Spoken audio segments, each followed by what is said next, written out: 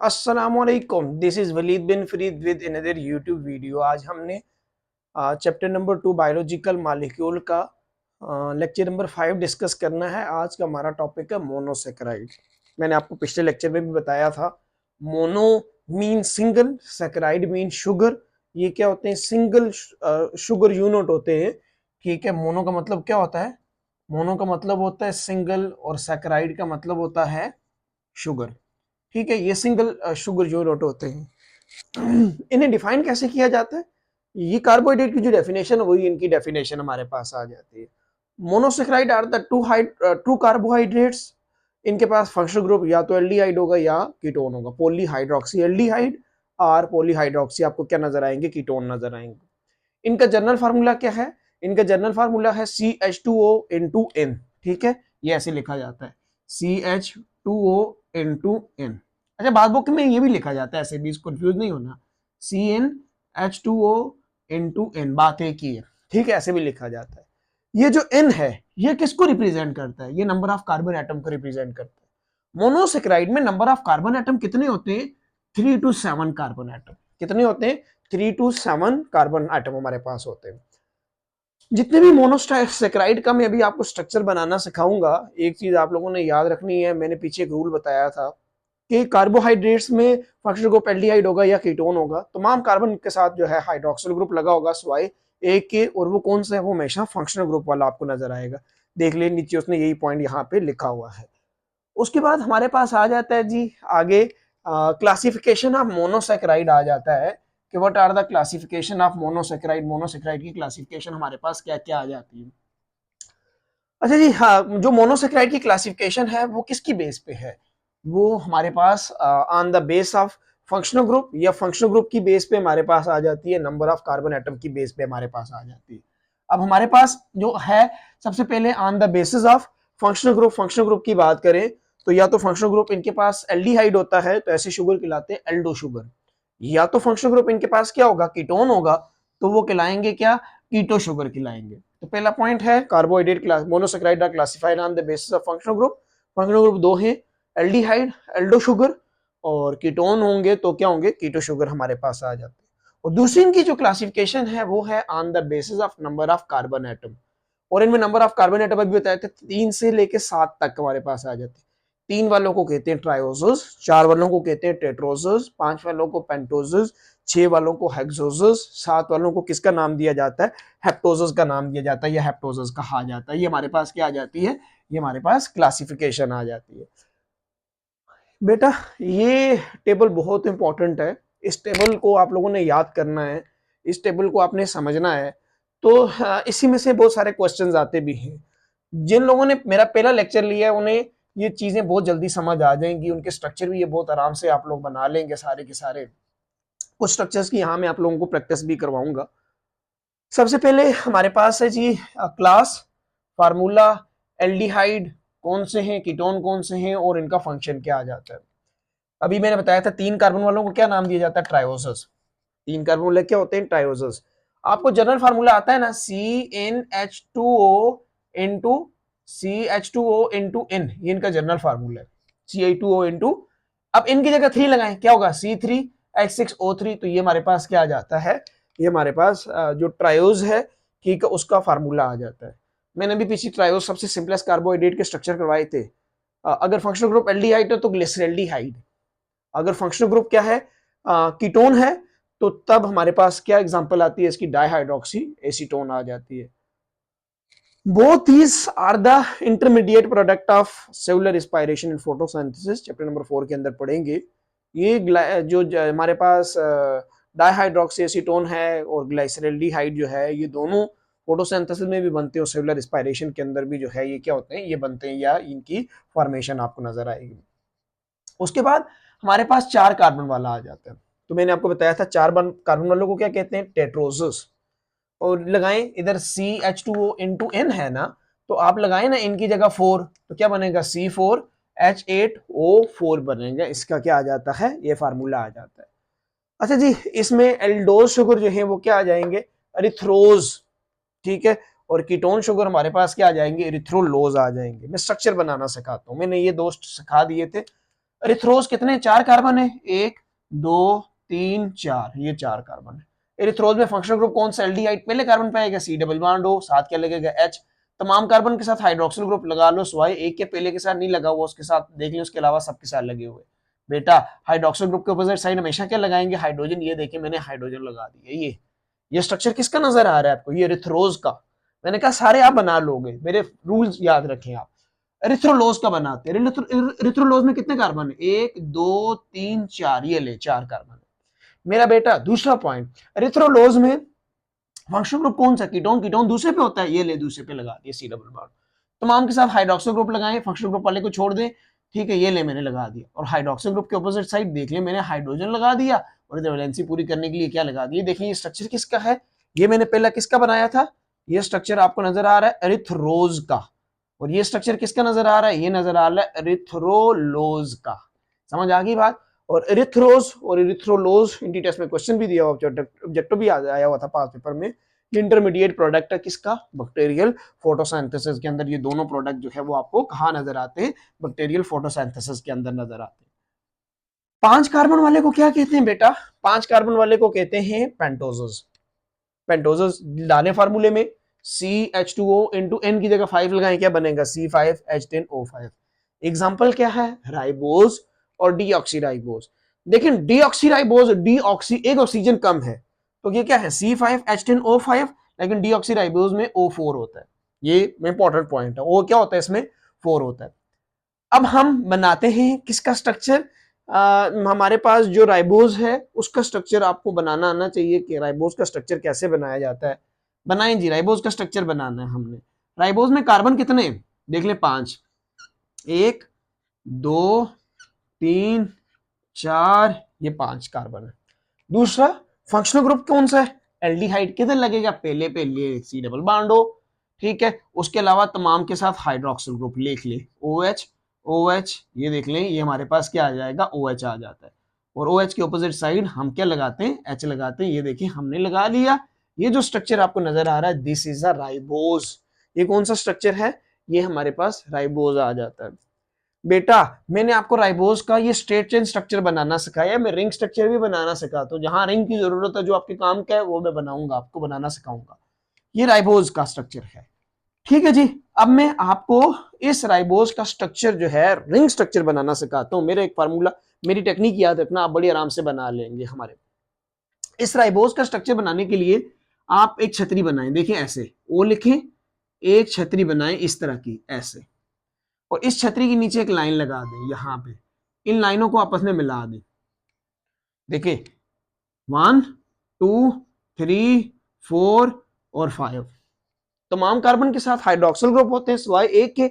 आपने कैसे इनकी नंबरिंग करें, 1 2 3 4 5, ये राइबोज में 5 कार्बन।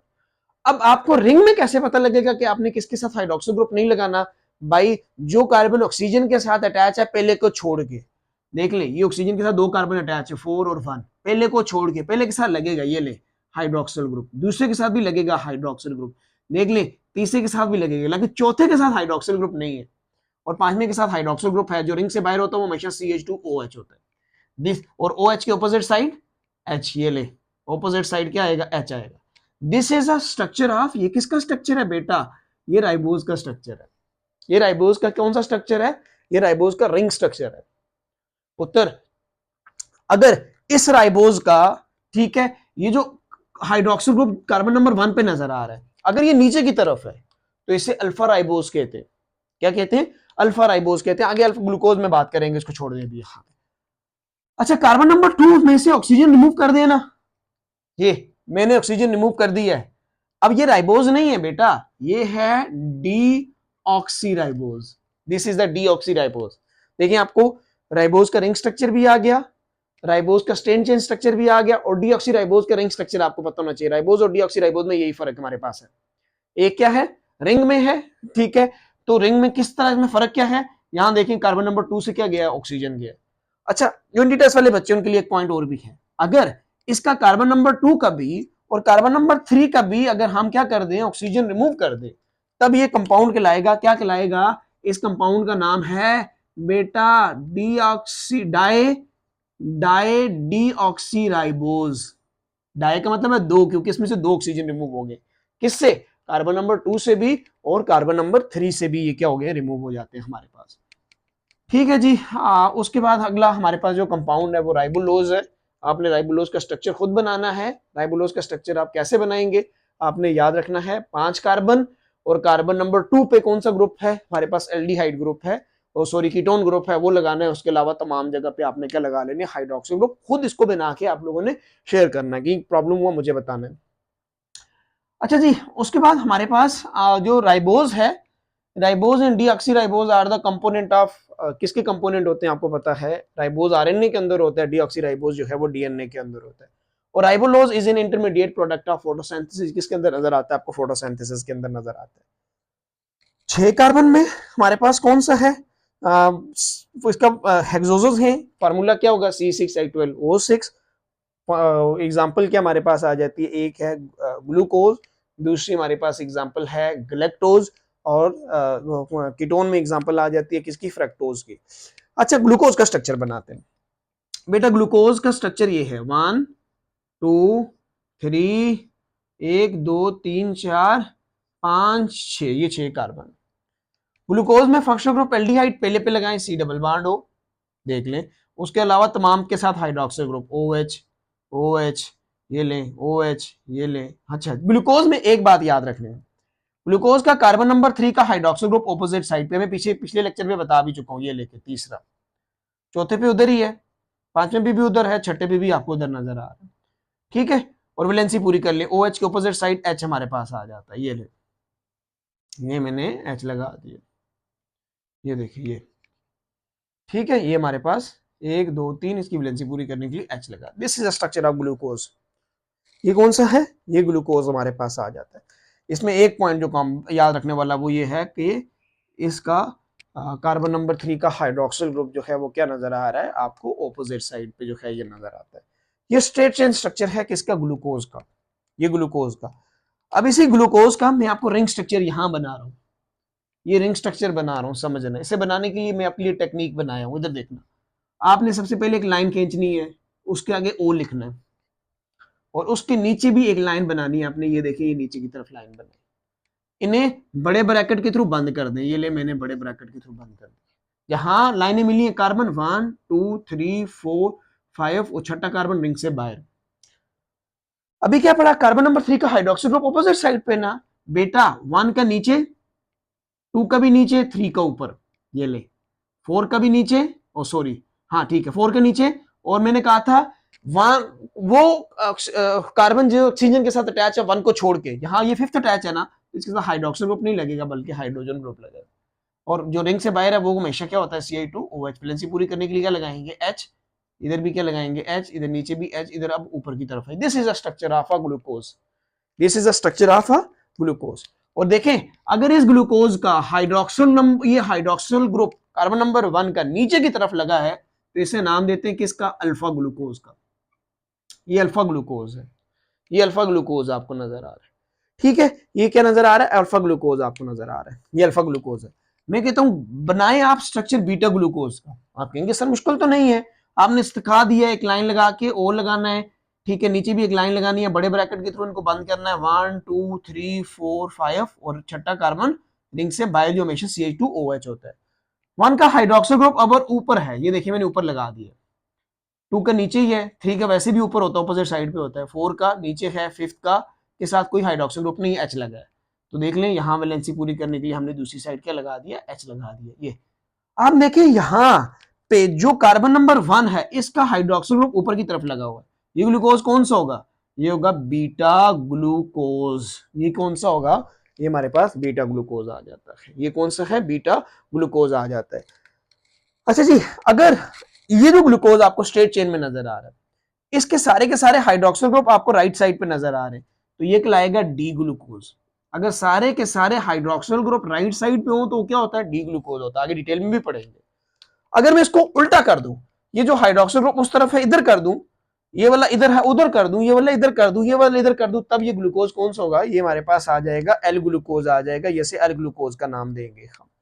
ठीक हो गया जी। ये स्ट्रक्चर किसका बनाना सिखा दिया आपको, ग्लूकोज का स्ट्रक्चर मैंने आपको स्ट्रेट चेन भी बनाना सिखा दिया, रिंग में भी आपको मैंने ये स्ट्रक्चर बनाना सिखा दिया, ये क्या आ जाता है हमारे पास। उसके बाद दूसरी एग्जांपल किसकी है, ग्लैक्टोज की है ना, तो ग्लैक्टोज को सीखते हैं, ग्लैक्टोज का स्ट्रक्चर किस तरह का है। बेटा सबसे पहला पॉइंट के ग्लूकोज ग्लैक्टोज में कार्बन कितने हैं, 6, 1 2 3 4 5 6, ये 6 आ जाते हैं। बेटा हमारे पास फंक्शनल ग्रुप कौन सा होगा, एल्डिहाइड, देखिए डबल बॉन्ड हो, पहले पे लगा दिया। तीसरा पॉइंट, ग्लूकोज और ग्लैक्टोज में एक फर्क है, ग्लूकोज का कार्बन नंबर 3 का हाइड्रोक्सिल ग्रुप ऑपोजिट साइड पे था, ग्लैक्टोज का 4 वाला भी ऑपोजिट साइड पे होता है। ये ले, सिर्फ एक फर्क है और कोई फर्क नहीं है। ये देखिए इधर ही, इधर ऑपोजिट साइड पे क्या लगेगा, एच लगेगा। ये ले बच्चा, ये हमारे पास ये ले, ये एच, इधर एच, नीचे की तरफ भी क्या लगेगा, एच लगेगा। This is a structure of a galactose. ये किसका स्ट्रक्चर है, ग्लैक्टोज का स्ट्रक्चर है। पुत्र मैं कहता हूं रिंग स्ट्रक्चर बनाए, ठीक है, इसका रिंग स्ट्रक्चर बनाए।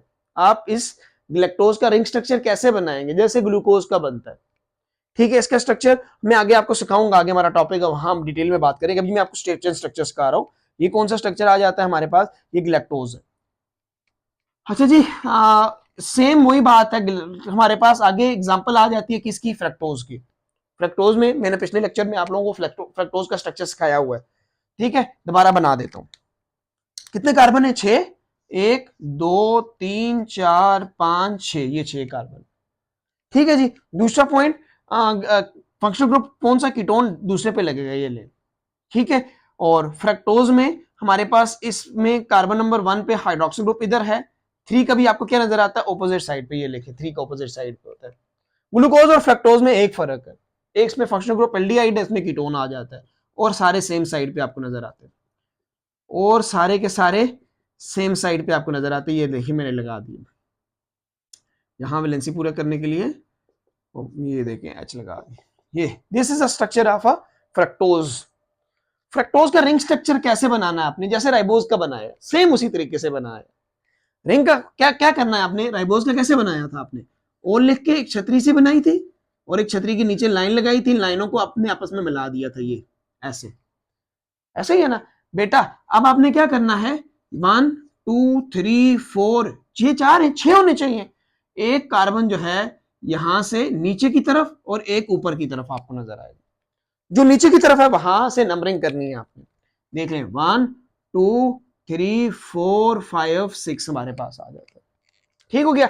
अभी आपने पढ़ा 3 का हाइड्रोक्सिल ग्रुप 1 2 3 का ऑपोजिट साइड पे, तो भाई इसका 1 का तो बाहर है ना कार्बन, ये हमेशा क्या होगा, CH2, बाहर वाला हमेशा CH2, ये देखिए 6 भी बाहर है, ये क्या होगा, CH2, बार बार बात समझा चुका हूं। अब किसके साथ हाइड्रोक्सिल ग्रुप नहीं लगेगा, अब 1 तो नहीं है, 2 और 5, तो 2 के साथ लगेगा लेकिन 5 के साथ नहीं लगेगा। ये देखिए 5 के साथ क्या लगेगा, हाइड्रोजन लगेगा, तो फिर 2 के साथ हाइड्रोक्सिल ग्रुप किधर लगा हुआ, ऊपर की तरफ, ये देखिए ये लग गया। 3 के साथ हाइड्रोक्सिल ग्रुप, मैंने कहा हमेशा 3 का होता ही ऑपोजिट साइड पे, वो ऑपोजिट साइड पे।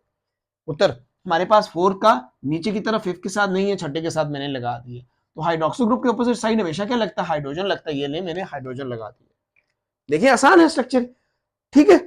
ये हमारे पास देख लें, आपको नजर आ रहा है ये हाइड्रोक्सिल ग्रुप ऊपर की तरफ है, अगर ऊपर की तरफ है तो ये कौन सा होगा, बीटा फ्रक्टोज, ये बीटा फ्रक्टोज है। अगर इसी को कार्बन ऊपर कर दें, हाइड्रोक्सिल ग्रुप नीचे कर दें, तो वो क्या होगा हमारे पास, अल्फा फ्रक्टोज होगा। आपको पता लग गया अब ग्लूकोज और फ्रक्टोज में क्या फर्क है। स्ट्रक्चर मैंने बनाना सिखा दी है आपको, मैंने गुर भी बता दिए कैसे याद रखनी है आपने ये स्ट्रक्चर, इनको ऐसे ही आप लोगों ने प्रैक्टिस करना है। Glucose is a respiratory fuel, as you know. Fructose is an intermediate product of cellular respiration, Krebs उसमें ग्लाइकोलाइसिस के अंदर पढ़ेंगे, ये इंटरमीडिएट प्रोडक्ट होता है। Galactose is a component of milk sugar, ये मिल्क के अंदर पाया जाता है।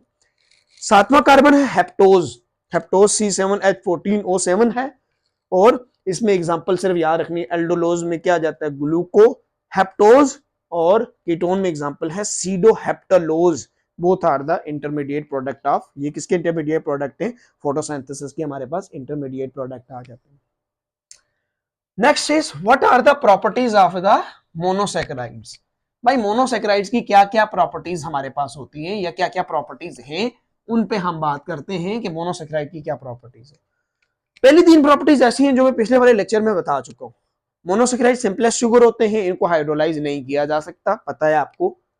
मोनोसैकेराइड पानी में हल होते हैं, they are highly soluble in water, ठीक है, क्योंकि इनके पास बहुत सारे मल्टीपल हाइड्रोक्सिल ग्रुप होते हैं, बहुत सारे हाइड्रोक्सिल ग्रुप होते हैं, ठीक है, और वो हाइड्रोक्सिल ग्रुप जो है, ठीक है, क्या करते हैं, उसको इस काबिल बनाते हैं कि ये पानी के अंदर क्या हो जाए, डिसॉल्व हो जाए।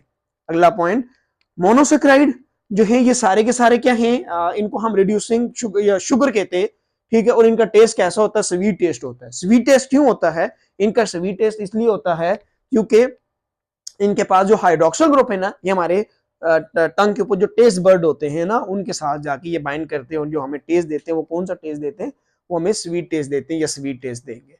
अगला पॉइंट, जितने भी मोनोसेक्राइड है सारे के सारे रिड्यूसिंग शुगर होते हैं।